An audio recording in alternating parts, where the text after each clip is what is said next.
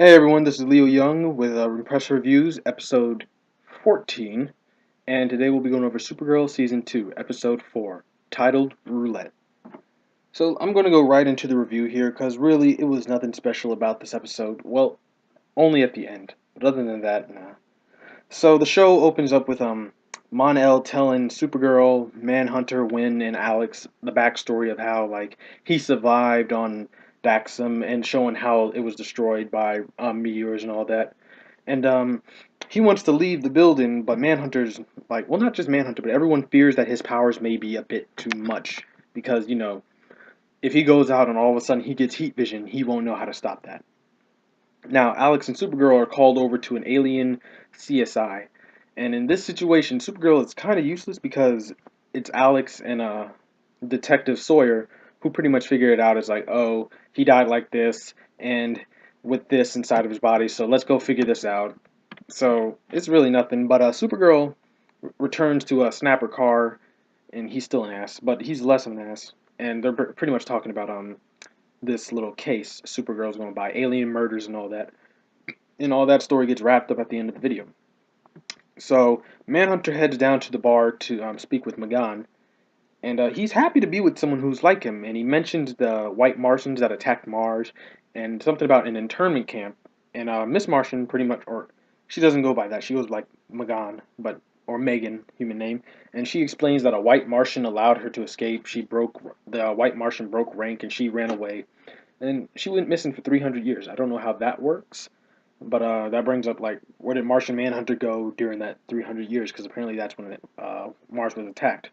Now back at the DEO, Mon-El is training with his newfound strength, and Wynn found an alien, but Alex doesn't want DEO agents or a DEO strike force helping her. So instead, she calls Detective Sawyer, and as they go to arrest the alien, they're attacked by an unknown group who kidnaps the alien as he's screaming, "Don't let them take me." Now, Manhunter tells Alex and Supergirl about Magan, and he's worried he may have pushed her too hard trying to get to know her with a Martian mind link. So, later that night, Alex and Detective Sawyer meet up outside of Roulette's club. And a quick fact is, this is Roulette's third on-screen incarnation. She's actually had two others, and it was the Justice League Unlimited show and the Smallville. Each one pretty much portrayed her correctly.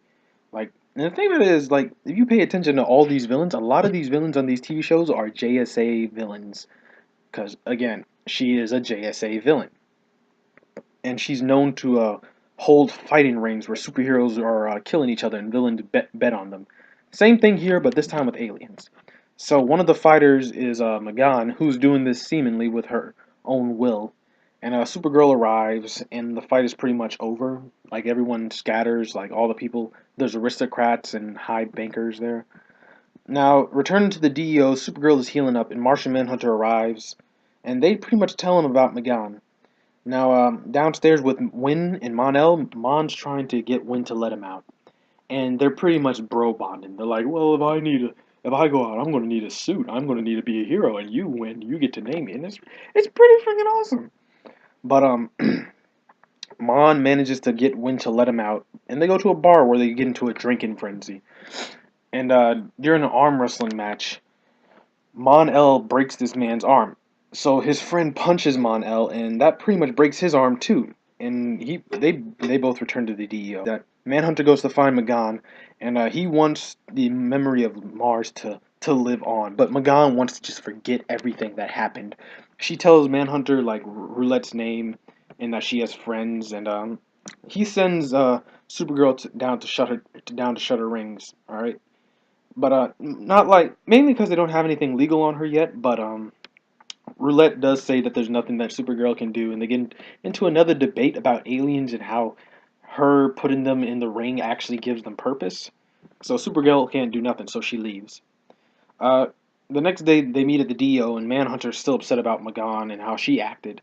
And Supergirl gets a light bulb above her head because she finally realized that she treated Mon-El the same way. So they both head off to locate their other and make their peace. However, unlike Mon-El, Magan betrays John to Roulette. Now, they pretty much figure that out, and Kara heads over to Lena Luthor because she can't find where the club is. It's a moving club. Lena tells Kara or Supergirl about Roulette, and over with Roulette, we see that she's forcing both Martians to fight to the death. McGann or Miss Martian beats John within an inch of his life, but then she spares him. Seeing that that's like disrespectful, Roulette releases an alien that Supergirl had fought I believe 2 days before and lost. But now with the information that Mon-El gave her earlier in the episode, she was able to pretty much beat him like that. Now, running away, Roulette comes in front of some aliens who actually protect her, believing that she really is the only hope they have of like being somebody. So Supergirl gives her BS speech, and they pretty much turn on her. You know, the whole speech about you can be better than you are. Yeah. So Kara returns to Snapper Car the next day. Oh, by the way, Roulette's still alive. But Kara returns to Snapper Car the next day with the Fight Club report, and she uses Supergirl as an eyewitness. Then, as Supergirl, she goes to Mon-El and tells him that he is under her custody to train him. Now, this is the last scene of the show. It's a Martian Manhunter meeting up with McGann, and they begin the little relationship as, you know, not legitimate uncle and niece, but enough. And this is where they show you that they are keeping true to the comics. She's been pretending to be a green Martian. She, in fact, is a white Martian. She transforms into it, and it's nothing like a green Martian. You can actually look, because in my last video I said I don't like how the Martians pretty much look like humans. Well, this is kind of giving me the idea that John's actual form isn't that creature. Because Miss Martian's form, her real form, her white Martian form, she's a giant hulking alien with no clothes. So that's going to be really awesome. Anyways, that's my review. My personal thoughts will be coming over. But if you don't feel like watching that, please subscribe, share, comment, and like. Just take a few seconds out of your day to do it. It will really help out in the long run. And other than that, let's get right into the personal thoughts. Alright, so hey everyone. Sorry if I sound like there's something in my mouth. I was just chewing on something when I clicked the button, which is my bad. So this is my personal thoughts. Again, I don't really need to add this part, but I want to, and it's not really that long. Um, I don't even know why I wrote this last part. John's voice during the fight with Magan. That was pretty interesting. I like the voice. Bam, done. See, quick, straight to the point. But my other problem is how weak Supergirl and Martian Manhunter really are. Like everyone goes like, "Oh, Martian Manhunter ain't crap," and then people are like, "Yeah, but he can mentally fuck up Superman," and it's true. He can. He can mentally hit Superman and take him down. But like, look at this. Look at all the aliens that Supergirl is fighting. The last episode, the Fire Girl she fought, the fire alien was able to actually land hits on Supergirl and throw her down. Like that should pretty much explain. I do not believe if 2 to 3 aliens jumped Supergirl, they would kill her. That is pretty much what I'm believing. Like you can tell me, oh, she's holding back all you want, but I've seen I've seen Supergirl get caught in quicksand.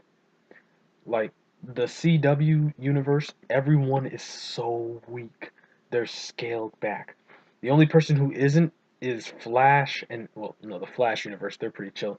For some weird reason, Heatwave and Captain Cold's gun went neutral and stopped killing people, so there's that. But other than that, like everyone else is pretty much, I guess you would say, up to par. But Superman, Supergirl, and Martian Manhunter, you would think those guys would have no problem whatsoever dealing with people like that. Like there is like I don't understand. They're powered by the yellow sun. These aliens are just natural. There are aliens as strong as Supergirl. That's what I'm pretty much getting from the show. I do not like how weak they are.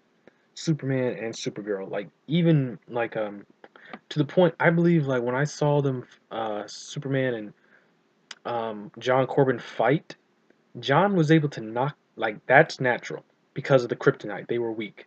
John was able to knock Superman, like, a couple feet away. That's normal. These aliens, at Supergirl's main, like without her having problems, they no, I'm sorry. This is pretty much what I'm guessing why Superman doesn't have a lot of villains, because this like they don't Superman doesn't have a lot of villains. Neither does Supergirl. They have to make up these aliens that can face her. Kryptonians, I understand that. A couple of the aliens, I guess I can understand that. But literally every episode, I think she's been fighting an alien who's literally, not literally, I mean, but who's actually been able to just hold their own against Supergirl and actually knock her down a bit. And that's a problem. But other than that, that's my personal thoughts. I hope you agree. But like I said in the main video, comment, share, subscribe, like, really anything you can do. It really does help us out in the long run. And I do hope you enjoy my personal thoughts. Hope you agree with them. And other than that, thank you for watching. I'll see you tomorrow with The Flash. Happy Halloween, and